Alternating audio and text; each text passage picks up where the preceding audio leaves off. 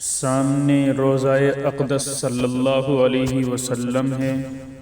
محبت اور الفت اور امن و آشتی کے ٹھنڈے جھونکے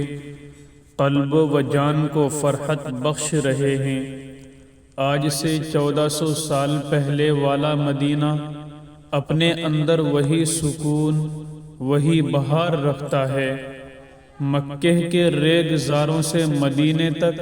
شعب ابی طالب سے طائف کی گلیوں تک، غار ثور سے لے کر غار حرا تک، حضور صلی اللہ علیہ وسلم کی عملی زندگی قرطاس کے چہروں کو منور کر رہی ہے۔ زبان مبارک سے ادا کیا ہوا ہر لفظ، مبارک اعضاء سے وجود پر پانے والا ہر اشارہ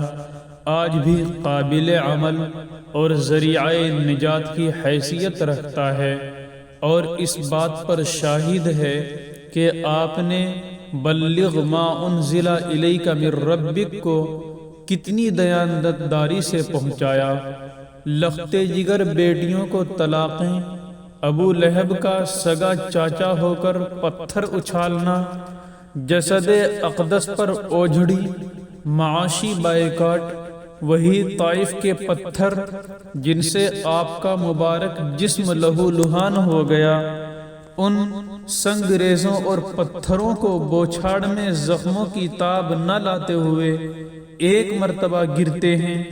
درندے بغلوں میں ہاتھ ڈال کر پھر کھڑا کر دیتے ہیں، پھر پتھروں کا میہ برساتے ہیں، آپ پھر گرتے ہیں، نعلین مبارک لہو سے تر بتر ہو جاتے ہیں، لیکن دین کی تبلیغ و اشاعت کا سفر پھر بھی جاری و ساری ہے۔ اپنا وطن، گھر بار، خاندان، رشتہ دار، قوم، قبیلہ، علاقہ ایک خدا کے لیے قربان کیا جا رہا ہے، صرف اس کی خوشنودی کے لیے چٹانوں کے دامن میں بسیرا ہو رہا ہے۔ کبھی غاروں میں روپوشی ہو رہی ہے، بھوک اور بے سر و سامانی کا عالم میں بدر واحد کے معرکے لڑے جا رہے ہیں، پیٹ پر ایک پتھر بلکہ دو پتھر باندھ کر خندق کو کھود رہے ہیں۔ اتنی عسرت اور تنگی کے عالم میں بھی خدائی احکام ادا کیے جا رہے ہیں، امت کو آپس میں جان نثاری کا درس سنایا جا رہا ہے، رنگ، نسل، نسب کا فرق مٹ رہا ہے، کالے گورے کی تمیز ختم ہو رہی ہے، عجمی اور عربی میں تفریق اپنی موت آپ مر رہی ہے، خاندانی اور قبائلی تعصب، حسد و کینے سے پاک ہو رہے ہیں، مہاجرین و انصار یک جسم و یک جاں بنے ہوئے ہیں، اوس و خزرج کی دشمنی باہمی مودت اور موانست میں ڈھل رہی ہے، پھر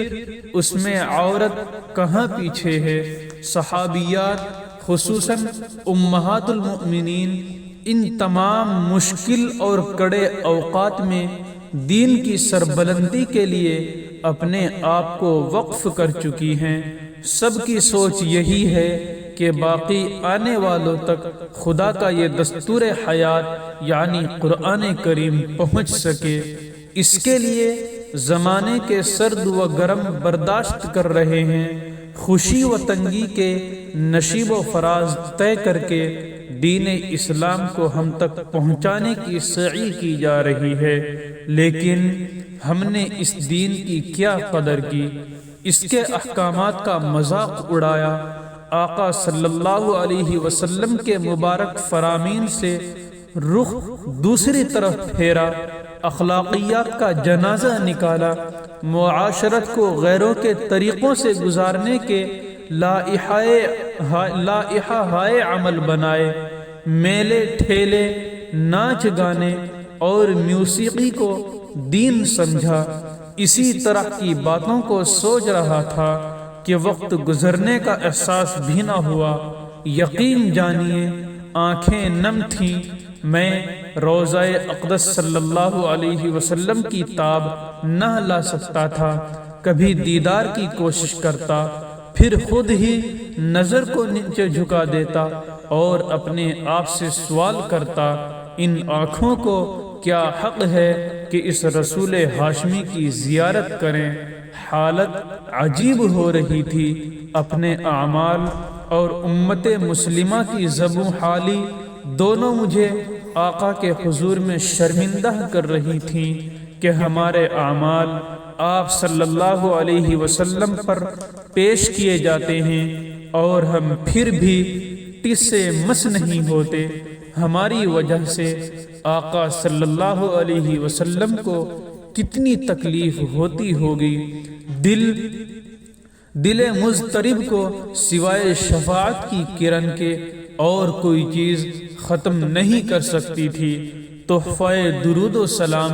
پیش کرنے کے بعد بصد ادب واپس پلٹ آیا۔ اللہ مجھے اور آپ کو اپنے پیارے حبیب کے صدقے صراط مستقیم پر چلنے کی